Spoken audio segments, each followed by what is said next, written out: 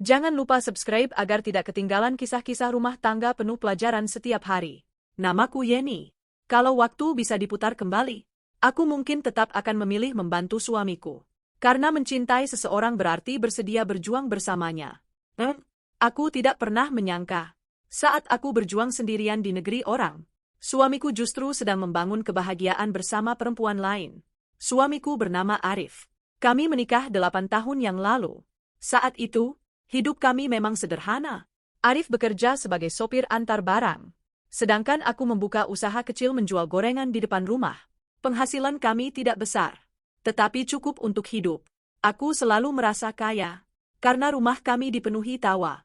Semuanya berubah saat Arif diajak temannya membuka usaha material bangunan. Ia begitu yakin usaha itu akan berhasil.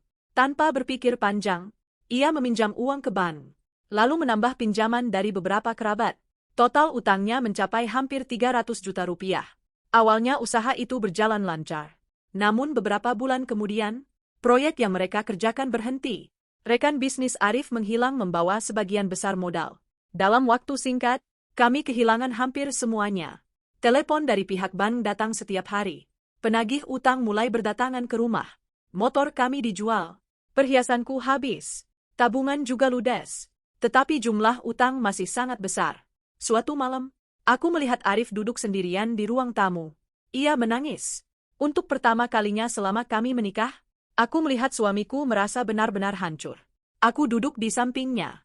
Mas, kita pasti bisa melewati ini. Arif menggeleng.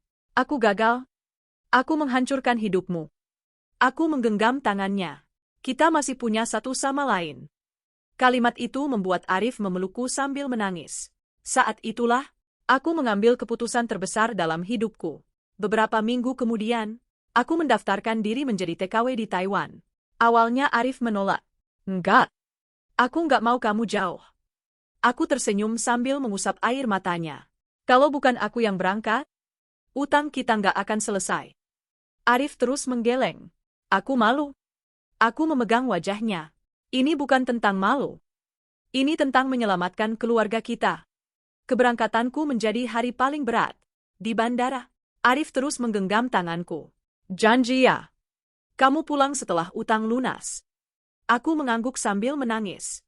Iya. Kamu juga janji. Akan menungguku. Arif langsung menjawab tanpa ragu. Aku akan menunggu. Seumur hidup kalau perlu. Aku mempercayai semua ucapannya. Karena saat itu, aku masih yakin. Cinta kami cukup kuat untuk mengalahkan jarak. Hari-hariku di Taiwan tidak mudah.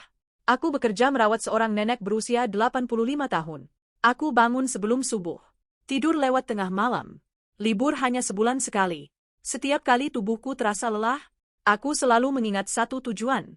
Melunasi utang. Dan pulang ke pelukan suamiku. Selama 3 tahun, hampir seluruh gajiku kukirim ke Indonesia.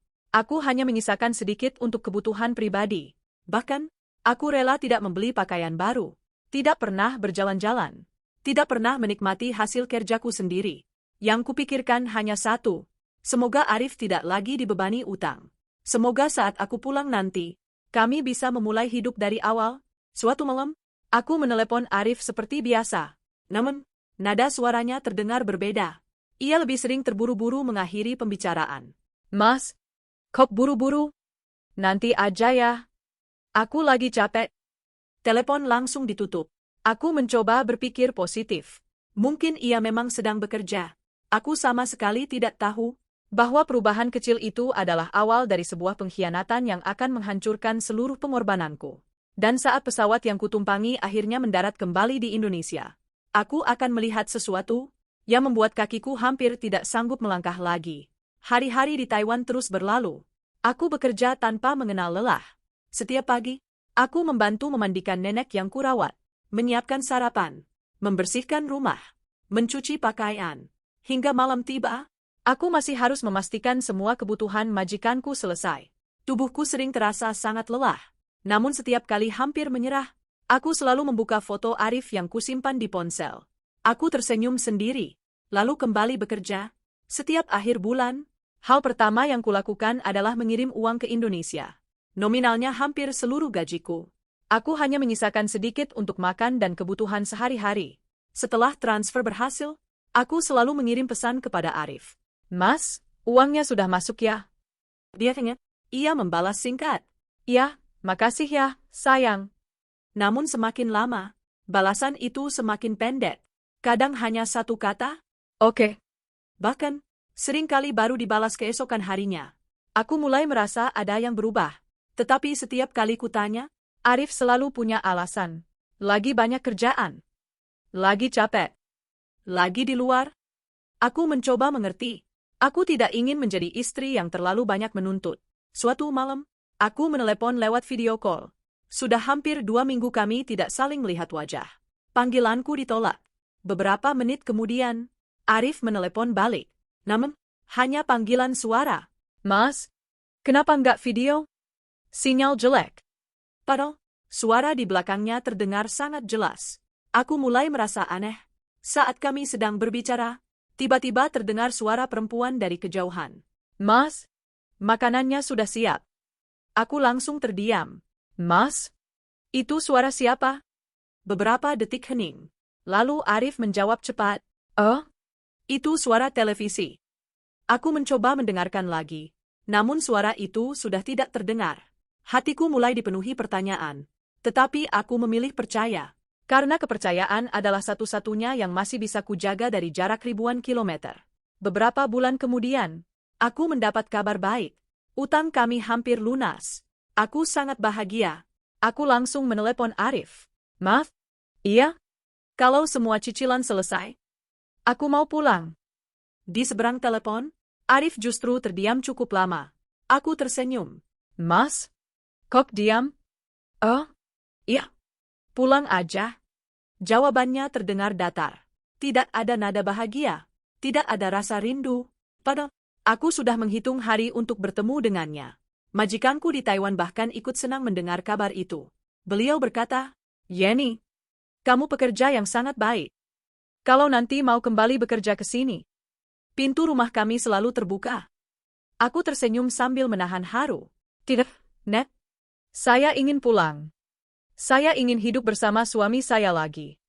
Saat mengucapkan kalimat itu, aku benar-benar percaya bahwa kebahagiaan sedang menungguku di Indonesia. Sebulan kemudian, kontrak kerjaku selesai. Aku membeli oleh-oleh untuk Arif. Jam tangan yang sejak dulu ia inginkan. Kemeja baru. Sepatu kerja. Aku juga membeli beberapa hadiah untuk keluarga. Sisa tabunganku memang tidak banyak. Namun aku bahagia. Karena utang kami sudah hampir seluruhnya lunas. Semua pengorbanan ini akhirnya akan terbayar. Hari kepulanganku tiba. Pesawat mendarat di Bandara Soekarno-Hatta. Air mataku menetes. Aku mencium tanah Indonesia dalam hati. Aku pulang. Aku sengaja tidak memberitahu Arif jadwal kepulanganku. Aku ingin memberinya kejutan. Aku membayangkan wajah bahagianya saat melihatku berdiri di depan pintu rumah. Perjalanan menuju kampung terasa begitu panjang. Sepanjang jalan, aku terus membayangkan kehidupan baru kami. Rumah yang lebih tenang. Tanpa utang. Tanpa tangisan. Tanpa perpisahan. Namun, saat taksi mulai memasuki jalan menuju rumahku, aku melihat sesuatu yang membuat jantungku seakan berhenti berdetak. Di depan rumah, terpasang tenda besar berwarna putih. Deretan kursi tertata rapi. Mobil-mobil tamu memenuhi halaman. Dan tepat di gerbang, terpampang sebuah papan ucapan yang membuat koper di tanganku terlepas. Selamat menempuh hidup baru Arif Arina.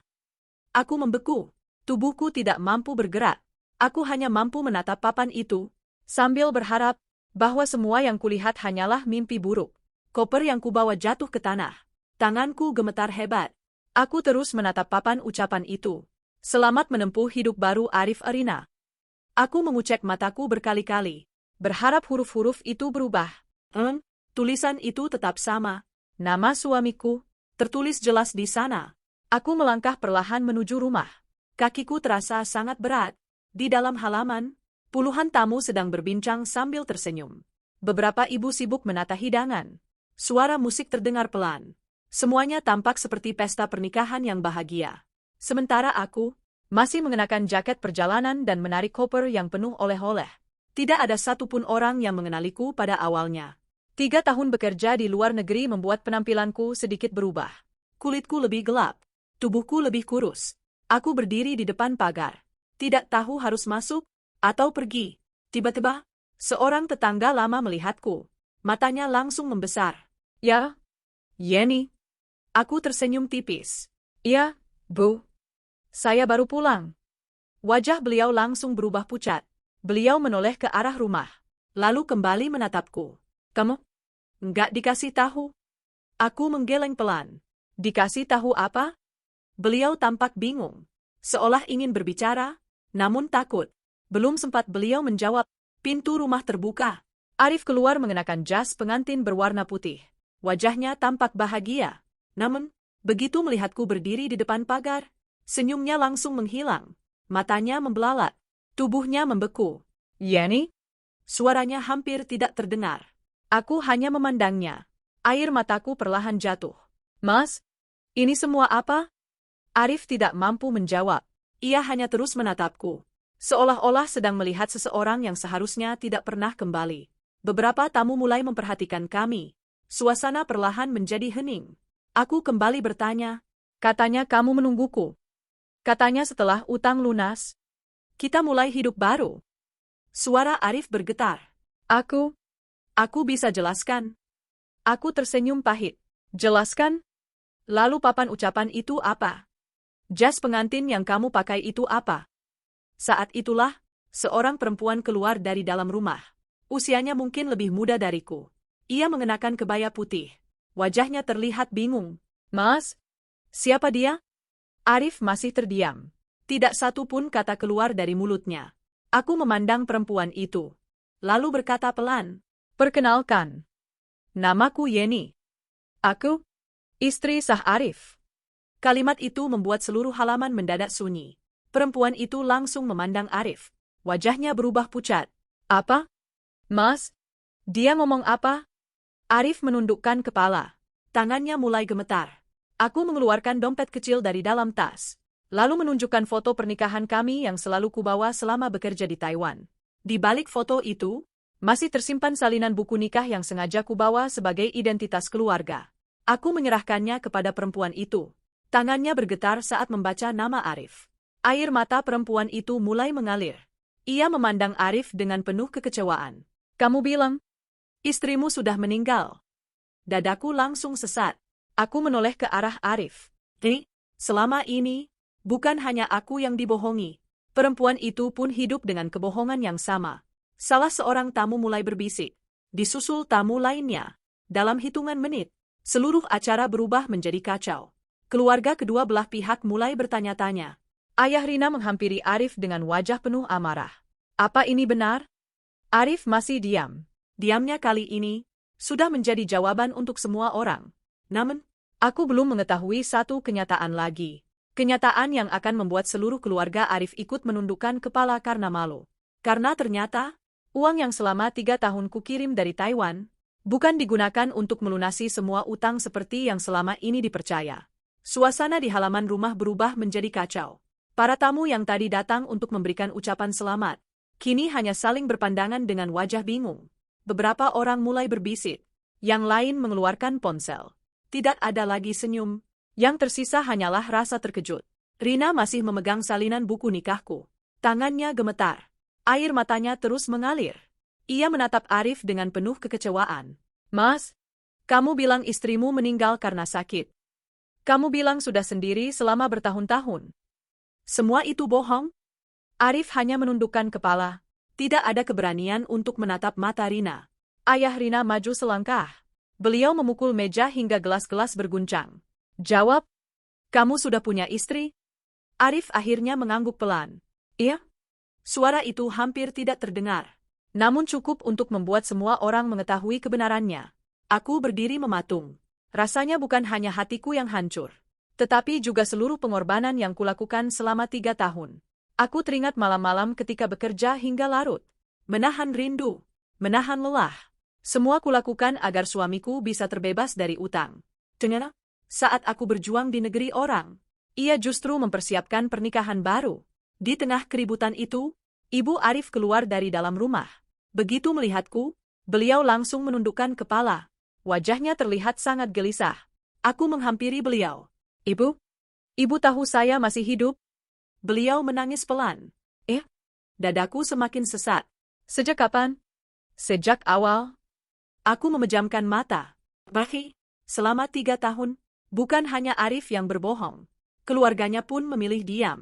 Air mataku mengalir tanpa bisa kutahan. Saya selalu kirim uang. Saya selalu titip salam.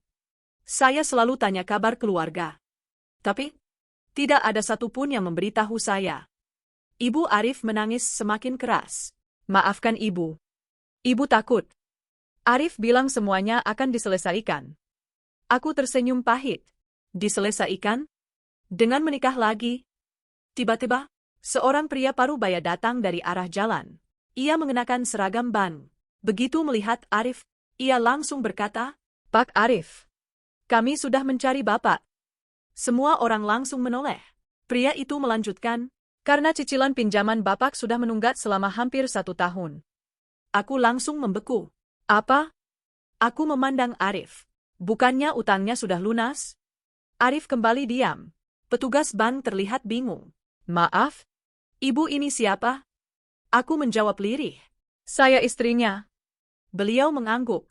Lalu ibu belum tahu? Tahu apa? Total utang Bapak belum lunas. Bahkan masih tersisa cukup besar karena beberapa bulan terakhir tidak ada pembayaran. Dunia seakan berhenti berputar. Aku benar-benar kehilangan kata-kata. Aku menatap Arif dengan mata berkaca-kaca. Mas, selama 3 tahun, aku kirim hampir seluruh gajiku. Kemana uang itu? Arif menggigit bibirnya. Tidak mampu menjawab. Namun wajahnya sudah menunjukkan rasa panik. Aku mengulang pertanyaanku. Kemana uang hasil kerja kerasku? Saat itulah, salah satu teman lama Arif yang hadir sebagai tamu berkata pelan. Rani, kalau kamu memang belum tahu, mobil baru yang dipakai Arif, rumah yang direnovasi, dan usaha kafe yang sempat dia buka, itu semua, katanya dari uang kirimanmu. Seluruh tubuhku langsung lemas. Air mataku jatuh tanpa henti. Uang yang kukirim untuk melunasi utang, malah digunakan Arif untuk membangun kehidupan barunya. Dan kenyataan itu, membuat semua orang yang hadir mulai memandang Arif dengan rasa kecewa yang begitu dalam. Aku berdiri di tengah halaman rumah yang dulu menjadi tempatku bermimpi membangun keluarga. Namun hari itu, tempat yang sama justru menjadi saksi hancurnya semua kepercayaanku kepada Arif. Aku menatap suamiku, laki-laki yang selama 3 tahun selalu kukirimi uang. Laki-laki yang selalu kukhawatirkan ketika aku jauh. Laki-laki yang membuatku bertahan saat tubuhku sudah tidak kuat bekerja. Kini hanya berdiri diam, tanpa mampu menjelaskan apapun. Mas, suaraku bergetar. Jawab aku. Uang yang aku kirim. Uang yang aku dapat dari keringat dan air mataku di negeri orang. Kemana semuanya? Arif membuka mulut. Namun tidak ada jawaban. Ia hanya menundukkan kepala. Aku tertawa kecil. Bukan karena bahagia, tetapi karena hatiku sudah terlalu sakit. Dulu aku pikir, aku pergi jauh karena kita sedang berjuang. Aku pikir kamu menghitung hari menungguku pulang. Ternyata, aku sendirian berjuang untuk pernikahan yang bahkan tidak kamu jaga. Rina yang sejak tadi diam, tiba-tiba berbicara. Yani? Aku menoleh. Ia menangis. Aku minta maaf. Aku benar-benar tidak tahu. Aku pikir dia laki-laki yang sudah tidak punya siapa-siapa. Aku menggeleng pelan. Kamu juga korban. Yang salah adalah orang yang membuat 2 perempuan percaya pada kebohongan yang sama. Rina kemudian melepaskan cincin yang baru saja dipasangkan Arif. Tangannya gemetar. Ia menyerahkan cincin itu kepada Arif.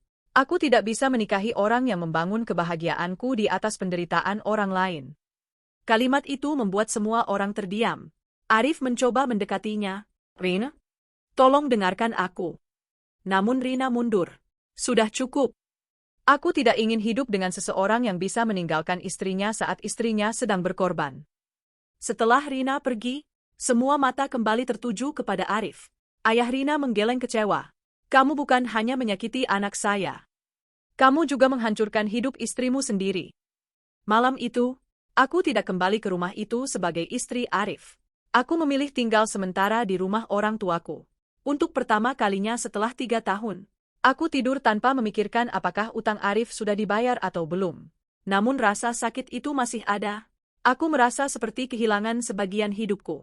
Beberapa hari kemudian, Arif datang menemuiku. Wajahnya jauh berbeda. Tidak ada lagi kesombongan. Tidak ada lagi kebohongan. Ia berdiri di depan rumah orang tuaku. Lars? Aku menatapnya. Jangan panggil aku seperti dulu. Namaku Yeni. Arif langsung menunduk. Maaf. Aku benar-benar salah. Aku tersenyum pahit. Maaf?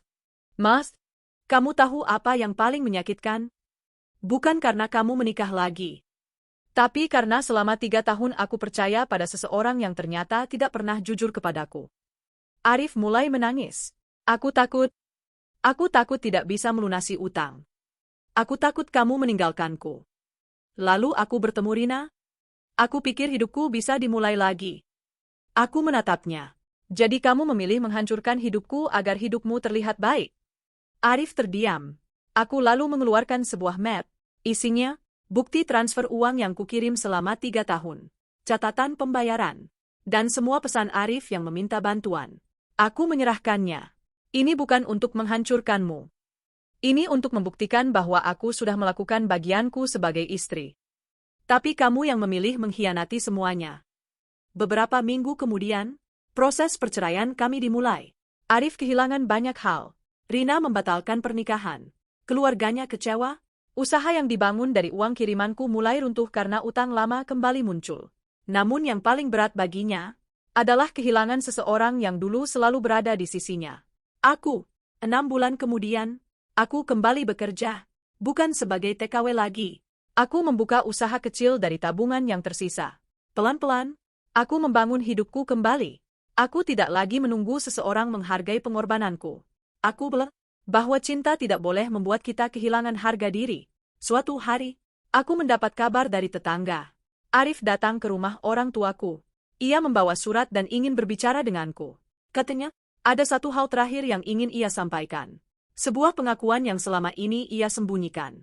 Dan pengakuan itu akan menentukan apakah aku benar-benar bisa memaafkannya atau meninggalkan semua masa lalu untuk selamanya.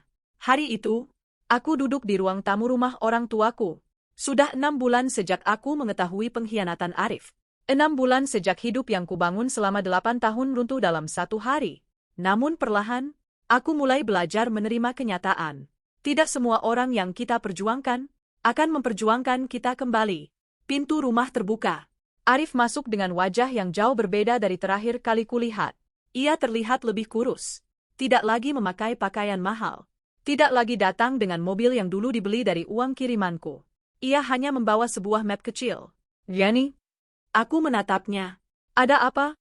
Arif duduk dengan kepala tertunduk. Aku datang bukan untuk meminta kamu kembali. Aku sedikit terkejut. Karena aku tahu, aku sudah menghancurkan kepercayaanmu. Ia membuka map yang dibawanya. Di dalamnya ada beberapa dokumen.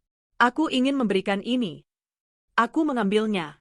Ternyata, itu adalah bukti bahwa sebagian aset yang dibeli menggunakan uang kirimanku sudah dijual. Uangnya digunakan untuk membayar sisa utang. Aku menatapnya. Kenapa baru sekarang? Arif menarik napas panjang. Karena selama ini aku terlalu pengecut. Aku selalu mencari cara menyelamatkan diriku sendiri. Tanpa memikirkan orang yang paling berkorban untukku. Aku diam. Arif melanjutkan. Aku mau mengaku. Selama ini aku tidak hanya berbohong soal uang. Aku juga pernah mengatakan kepada Rina bahwa kamu sudah tidak ingin kembali ke Indonesia. Aku terkejut. Apa? Arif menunduk. Aku bilang kamu hanya pergi karena uang. Aku membuat Rina percaya bahwa pernikahan kita sudah berakhir. Air mataku kembali jatuh. Nyerah. Bukan hanya meninggalkanku. Ia juga menghancurkan namaku di depan orang lain. Aku salah, Yeni. Aku terlalu takut menghadapi kegagalan. Aku memilih mencari kehidupan baru daripada memperbaiki kesalahan yang aku buat. Aku menatapnya lama. Dulu, mungkin aku akan langsung memaafkannya. Dulu, mungkin aku akan memeluknya dan berkata semuanya bisa diperbaiki.